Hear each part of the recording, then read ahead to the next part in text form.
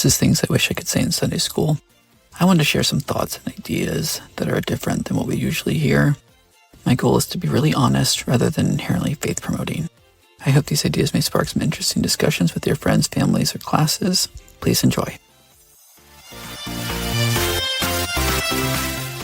This is a lesson for June 8th through 14th, 1 Samuel chapters 8 through 10, chapter 13, and chapters 15 and 16.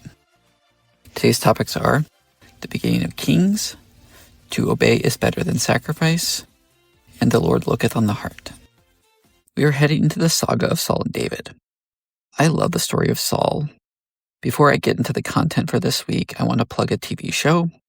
It's called Kings. It's from 2009 and originally aired on NBC.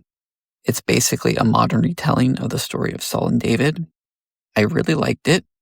The Goliath is a tank. Saul is renamed Silas. Jonathan is clearly gay.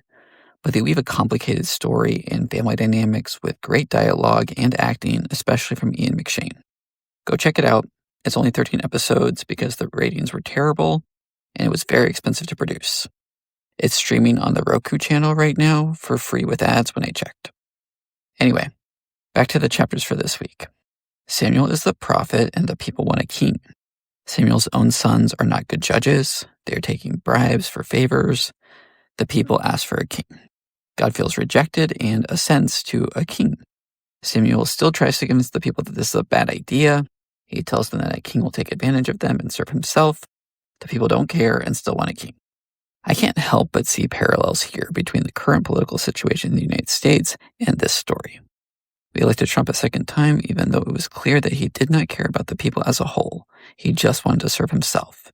He continues to try to dismantle our democratic institutions for his own benefit.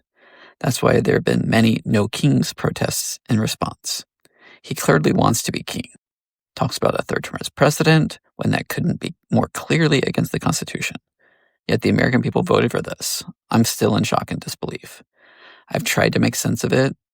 This is the best I've come up with. People convinced themselves that they would personally be better off with Trump as president, even though it was clear that most people would be in a worse situation. It's like the psychology of gambling. Even though they know the house always wins, people convince themselves that they will be that rare winner. They're chasing that high. This messed up psychology was also fueled by racism and misogyny. This is obviously just one factor among many, but I think there's something to it, and I see a connection to the story here in 1 Samuel. Samuel now has to find a king. Saul is chosen. Saul has a promising start. He wins battles and prophesies. The power goes to his head fairly quickly. Saul commands his people not to eat food for a day. His son Jonathan never got word and ate food. Saul decides his son Jonathan should die because he ate. The people think that's a terrible idea because Jonathan is leading them to battle against the Philistines. So Jonathan isn't put to death for eating in ignorance.